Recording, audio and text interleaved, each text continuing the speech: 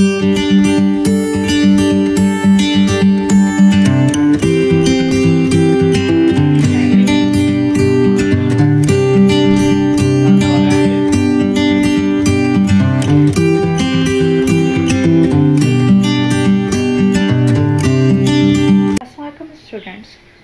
so today we are doing question number 2 and 3 of air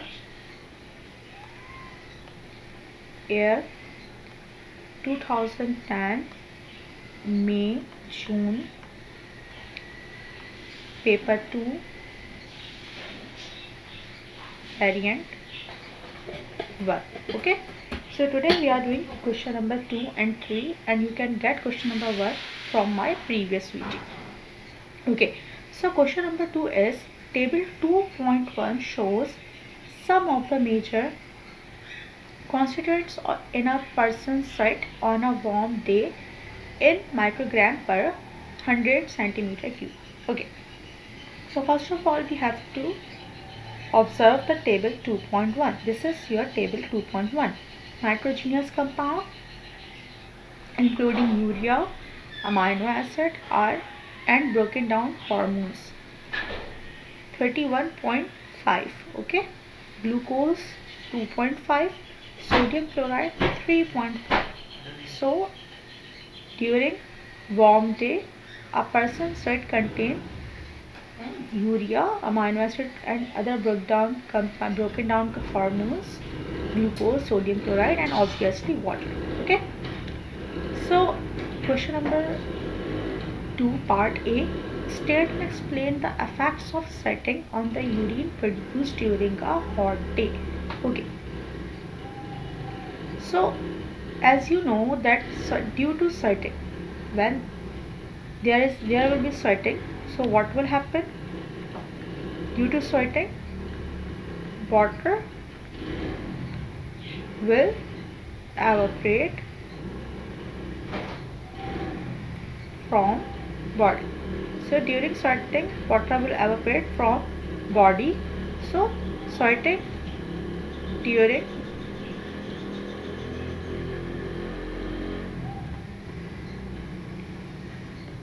hot day will result in less production of urine.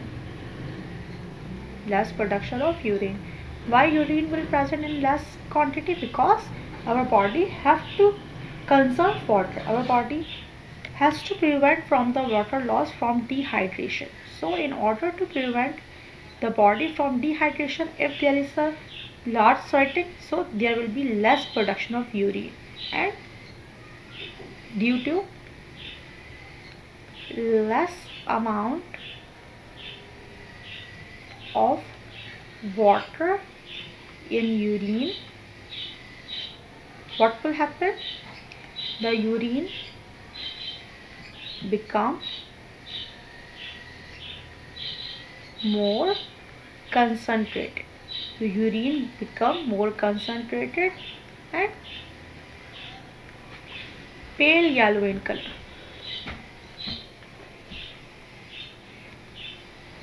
So you can say due to large amount of sweating, what will happen? Urine production will decrease down and the amount of water in the urine will decrease.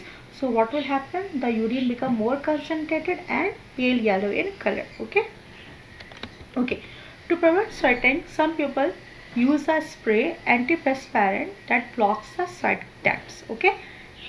Explain why it is important to use an antiperspirant only on those parts of the body such as under the arm that produce more sweat. Okay, as you know that there will be thermoregulation in our body.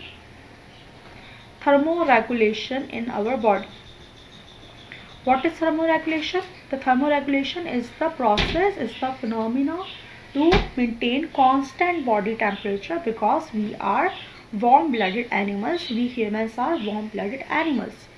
So in order to maintain constant body temperature, there will be thermoregulation in our body. So sweating is the process of the thermoregulation. Sweating is one of the factor of thermoregulation, and due to sweating what will happen? There will be the heat loss from the body.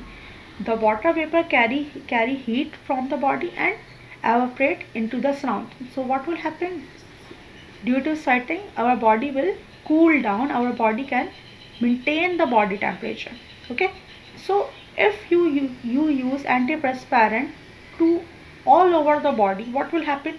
All the sweat ducts may become blocked. So how can your body cope with higher temperature? How can your body maintain your constant body temperature? So only if you feel difficulty with your sweating, if the person feel difficulty with sweating, so he should use antiperspirant to only on those regions of the body that can produce more sweat, not whole body, because if the person apply antiperspirant to the whole body, so all the ducts will close, and due to no sweating and due to the blockage of sweat duct, what will happen? The body will become hot.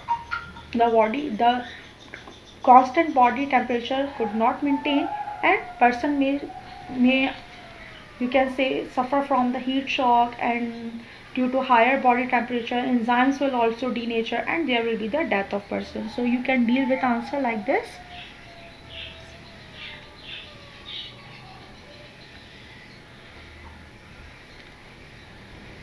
Sweating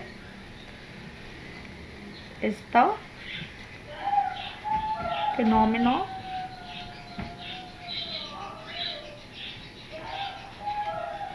of the body that helps the body to maintain constant body temperature. So if the person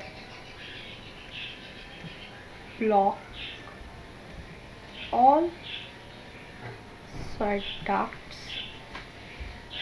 so person could not maintain thermoregulation,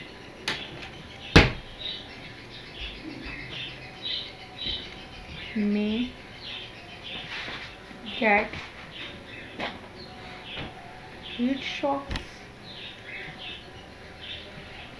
and enzymes will also denature. Enzymes will also denature because your enzymes, the enzymes which are present in your body, work in the optimum temperature, and the optimum temperature for enzymes is 37 degrees Celsius, which is your own body temperature. So if enzymes will denature, so the whole metabolic activities will be disturbed, and the person may go into the coma and may suffer with death. Okay. Person who sweat a lot and do not wash regularly may suffer from body odor. Okay. Basically, there is a misconception. People think due to sweating there will be the body odor. No, not due to sweating there will be the body odor. Basically, when there is the sweating, so what will happen? In sweat, what is present? In sweat, glucose is present, and the glucose will promote the growth of the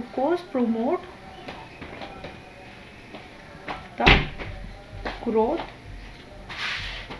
of bacterial flora. Glucose promotes the growth of bacterial flora. So basically the bacterial flora is the reason of body odor, not the sweating. So suggest why the regular use of an antibacterial soap is better than antiperspirant spray for controlling body odor, because in order to get rid of body odor, what we have to do? We have to get rid of this bacterial flora. So to get rid of this bacterial flora, to wash this bacterial flora, what the person should do? The person should use antibacterial soap, because antiperspirant can only block the sweat duct, not it is helpless and it is useless for bacterial, for the bacterial flora. So in order to wash these bacterial flora, in order to remove this bacterial flora, what the person should do, the person should use antibacterial soap and should wash the body regularly. Okay, so you can deal this question like this.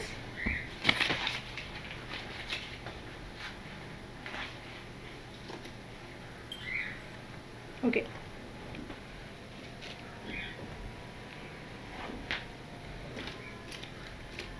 so it contains glucose that promotes bacterial flora of skin, which cause unpleasant odor. So to get rid of this odor,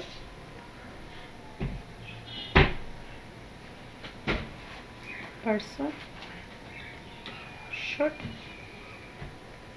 use antibacterial soap to kill bacteria. Okay, so in next class we will discuss about question number 3 of the same year. Okay, thank you.